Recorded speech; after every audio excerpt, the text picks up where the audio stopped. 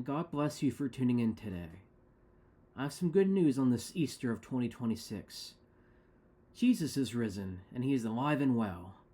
I have overcome the world, as he spoke, and he has indeed come and conquered death.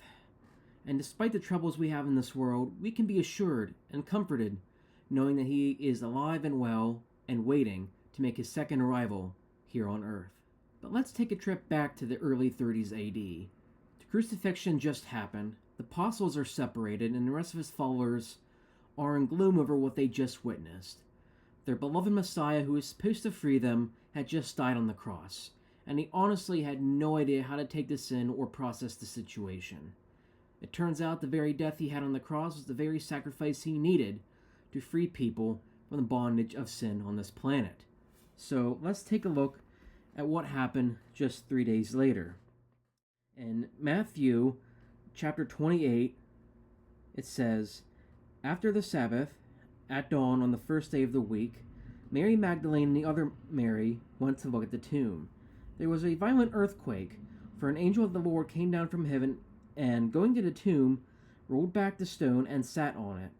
His appearance was like lightning, and his clothes were white as snow. The guards were so afraid of him that they shook and became like dead men. The angel said to the women, 'Do not be afraid, for I know that you are looking for Jesus, who was crucified.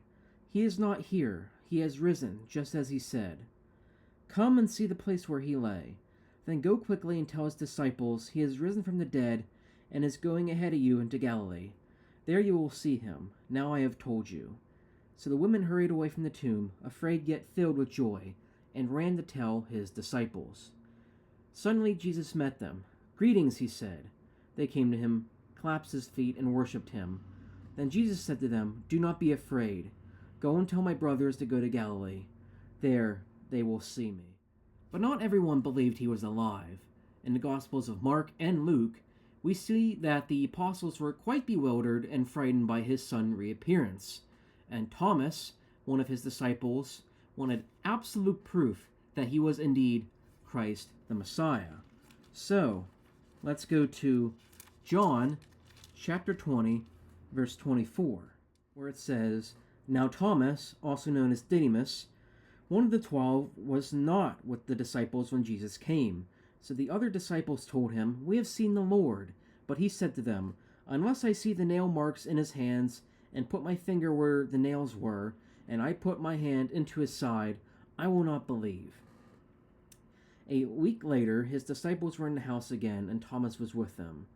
Though the doors were locked, Jesus came and stood among them and said, "Peace be with you."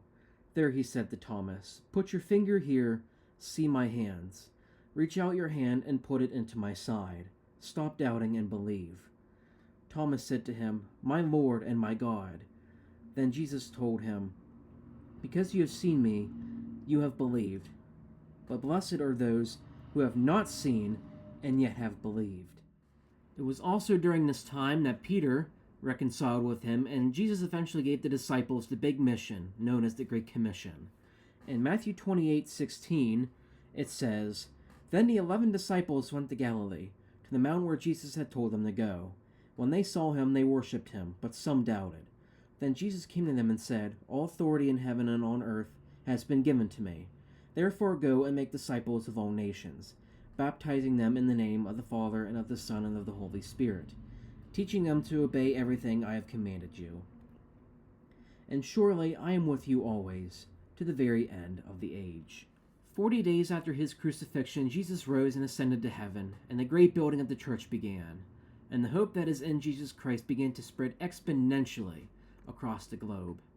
It is April 5th, 2026 now, at least at the time of releasing this video, and we are still waiting for his return to us, where he will reign for 1,000 years during the millennial reign, and we will finally have peace that many of us, and trust me, many of us, have been looking for years. But we have great assurance, and that great assurance is the great news that is Jesus Christ. Anyway, that's all I have for today. Let me know in the comments below how Jesus has made an impact in your life, because I can definitely tell you he's certainly the best thing that's ever happened in mine.